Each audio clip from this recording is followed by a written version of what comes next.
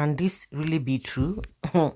Vice President Yemi Osinbajo has replied columnist and university lecturer Farouk Berogi, saying your lies may have caught fire on online platforms in the last few weeks, but your aim will surely be defeated. For weeks, Berogi, who is based in the United States, has launched series of attacks against Oshibajo's presidential ambition. The vice president on Monday declared his intention to succeed President Muhammadu Buhari in 2023. Oshibajo, in a statement by his special assistant on political affairs, Gambo Manzu, said Berogi's chance to deploy the instrumentality of religion to malign him would fail. His campaigns over the years, either against the vice president or any other victim, have been based on falsehood and innuendos. His expertise is in mixing up half-truths to buttress his points, and it is only a matter of time before Nigerians, including his followers, begin to call him out.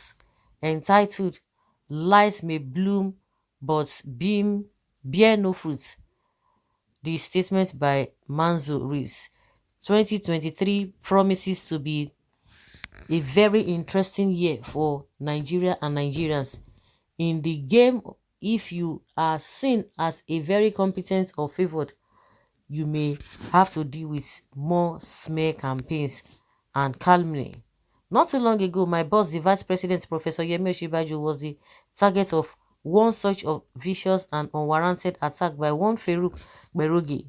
Why Berogi's diatribe and personnel does not deserve the dignity of response normally. It is, however, important to debunk his falsehood for the sake of posterity. Let the records be clear. It is an open secret that Berogi's antecedents, a history of hate, falsehood, divisiveness, and being repeatedly discredited, is of no moment and serves no purpose. But at some point in the future, a generation may not have the full context and true picture. They may not understand how poorly society and people of today think of Berogi. This is why I have chosen personally to set the record straight. Before I attempt to expose Berogi's deep-rooted hatred for Vice President Yemi Osinbajo for reasons only known to him, I will provide a brief backgrounder that will ultimately clarify pertinent issues he has tried in futility to raise against Osinbajo. But let me introduce myself first. I am a Fulani man from Gombe State. Before I was appointed to work in the office of the Vice President, I was a two-term councillor representing the good people of Ward B, Apapa GRA, under the Apapa Local Government Council of Lagos State. I have lived and worked in Lagos for many years, and I have throughout this period been accorded rights enjoyed by all Lagosians regardless of my socio-ethnic or religious affiliations. As a politician and a founder or foundation member of the All Progressives Congress, I never suffered any discrimination in Lagos, nor was I denied access because of my background. A few years after I met Professor Yemi Osinbajo, he was nominated as running mate to President Muhammadu Buhari, who was then the APC presidential flag bearer. Fast forward of how I started working with him at the presidency. One evening on his return to Lagos from Abuja, where he had gone to formalize processes for the commencement of the campaigns as President Buhari's running mate, Professor called me and instructed, Gambo, you will have to relocate to Abuja if we are to win this election. I need you there, taking a message to the people and coordinating things. And so I obeyed, and today I work with him, knowing no difference between colleagues professing other faiths, all of us working together as a close-knitted team.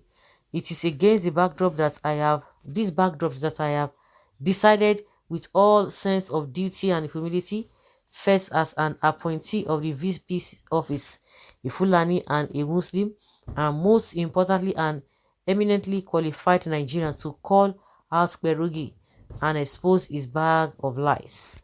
Aware of the fact that Nigerians are very sentimental about issues of religion and ethnicity, Berogi cleverly deployed the instrumentality of religion to malign Osinbajo anchoring his infamous article on religious bigotry without clearly substantiating his baseless claims that Osinbajo has a deep hatred for Muslims. He made futile efforts to link the vice president to issues of bigotry, but failed to show clearly where Osinbajo has shown preference over Muslims in appointments, public utterances, or even close associations and relationships. In a recent article, Kwerugi deliberately and without any facts portrayed the vice president as bigoted, alleging he was one of the many who advocated for a Christian governor in Lagos State. But Kwerugi, in his characteristic manner, kept away the fact of the matter, which is the agitation was widespread at the time, and even Muslims joined in the call. Okay, oh, Berugi. Well, Manzo is a special assistant on political affairs to the president's office of the vice president. Of course, no matter what, for the fact that you are a full animal, you want to defend your boss. It is a, it is the truth.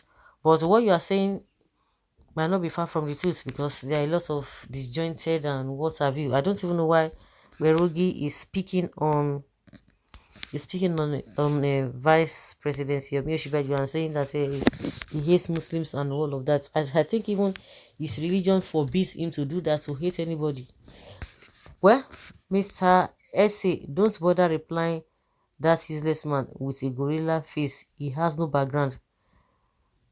Thanks so much for this piece. We need competent people and not a nepotistic and selfish set of people to rule this nation.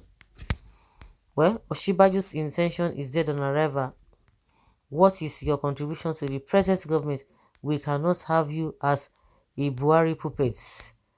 Who is Farouk and what is his background? Even in the United States, he is not recognized. He is being used by the enemies of the country, and he will be exposed one day. One day he will be exposed. Well, I have a change of mind about Osinbajo. I have admired him very much before Farouk Berugi's article, but with this reaction from a fellow Muslim about the vice president, I wish him well. We need Nigerians in Nigeria and not Oduduwas, Biafrans and Arewans. That is my stand. And because you don't even reason deep. If you are a deep thinker, maybe you are still going to see it from a different perspective. It was Gambo Manzo, his essay on political affairs, that reacted. Okay, not vice president, because he is too busy to notice such campaign of calumny. But let him continue to be busy. Osinbajo, your betrayer will catch up with you. This time, I think a God has yielded to our request as a nation. Let us choose wisely. Professor Yemi Osinbajo is our hope. I pray.